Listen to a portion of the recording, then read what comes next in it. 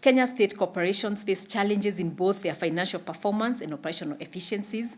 And so this is another area that if we look at the inefficiencies in the governance structure, then we could also help the state corporations so that we're not always using so much budgetary to support them from Treasury. And so we are looking to support both internal and government initiatives that promote ethics and integrity to improve efficiency and advocate for reform. One, implementing the Presidential Task Force, of which, Your Excellency, you remember and were all part of it, to report to provide greater governance and physical monitoring. Re-engineer government processes using blockchain technology to increase transparency and efficiency and reduce costs in public service provision.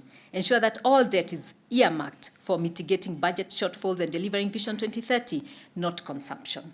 If we borrow to eat, even in our homes, then we never really move. So if we looked at a country, like a home, like a family, then we would do differently, even with the debt. Implement the Bribery Act 2016. This will curb private sector corruption. We really worked so hard for this act, and we are glad that now we do have the regulations, but we really wanted it to be operationalized.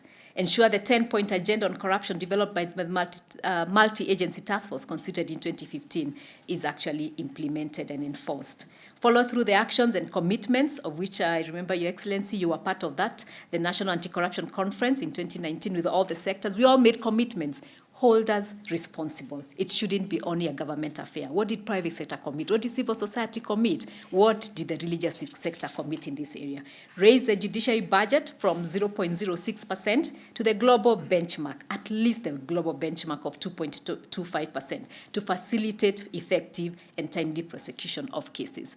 Judiciary should not only be for the people in this room, should be for Wanjiku and everyone else. So could we at least increase their budget so that we can have courts in every part of this country and accessible justice? Enhance Kenya's trade and investment competitiveness locally, regionally, and internationally.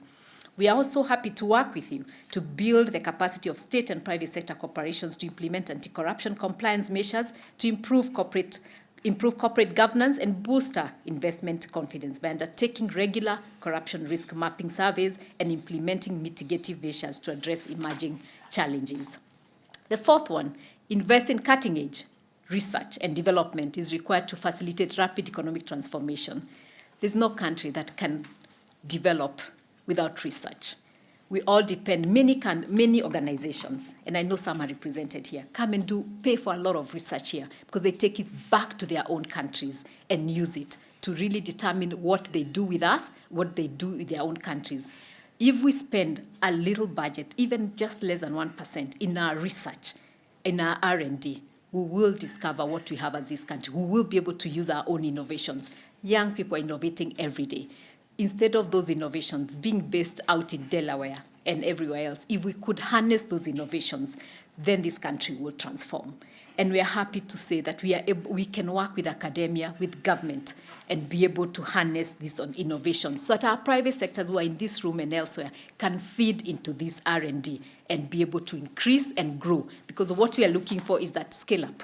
If you're a small business, you scale up. If you're a big business, you scale up. We want our own multinationals grown here. I always say every micro enterprise is the multinational, it's the Microsoft of tomorrow. And so we need to scale up our own business.